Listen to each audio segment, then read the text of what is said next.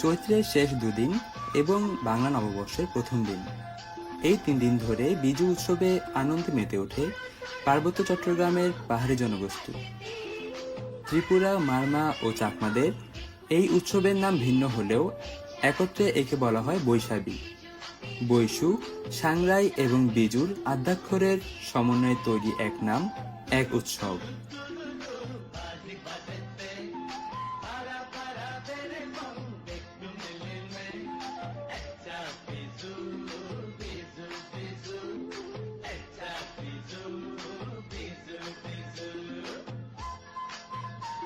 বৈশাখীর সূচনা হয় ফুল বিজু দিয়ে, 3 দিনব্যাপী বিজু উৎসবের প্রথম দিন।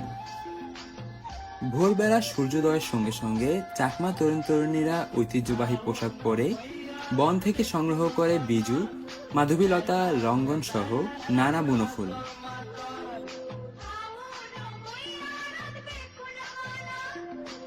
এই ফুল দিয়েই সাজে ঘরদোর, আর এই ফুল দিয়েই নদীর জলে ভাসিয়ে প্রার্থনা করা হয় গঙ্গা দেবীর উদ্দেশ্যে, শুভকামনা, ভালোবাসা আর নতুন বছরের প্রার্থনায়।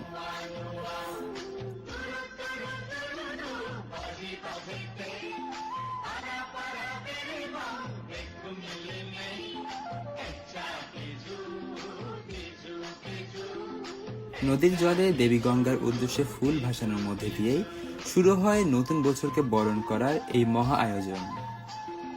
পুরাতন বছরের ক্লান্তি আর গ্লানি যেন নদীর স্রোতে ভেসে যায়, আর ফিরে আসে পাহাড়ে আনন্দের ছন্দ, বৈশাখী।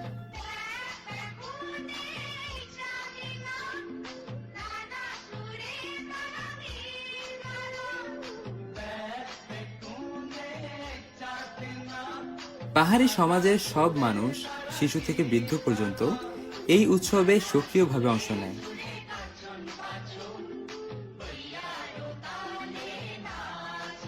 পাহাড় জেগে ওঠে বর্ণিল রঙে, উৎসবের ছন্দে।